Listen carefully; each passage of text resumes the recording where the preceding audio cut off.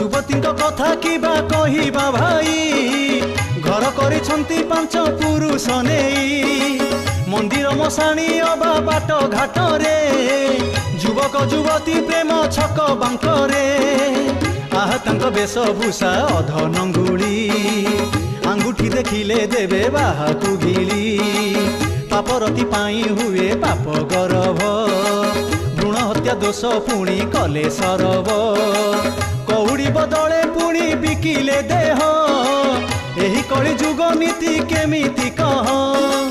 ଯୁବତୀ କନିଆ ପୁଣି ମେଳିଟେ କରି, ପୁରୁଷକୁ ଡରେଇବେ ବାଘୁଣୀ ପରି। ବିଚରା ମରଦ ଭାଗ୍ୟ ପଥର ତଳେ, ସେବା କରୁଥିବ ତାଙ୍କୁ ସଞ୍ଜ ସକାଳେ। ଘରେ ଘରେ ଯୁବତୀଙ୍କ ପାପର ଲୀଳା, ଦେଖି ନ ସାଧୁଏ ପୁଣି ହେବେ ବାଉଳା।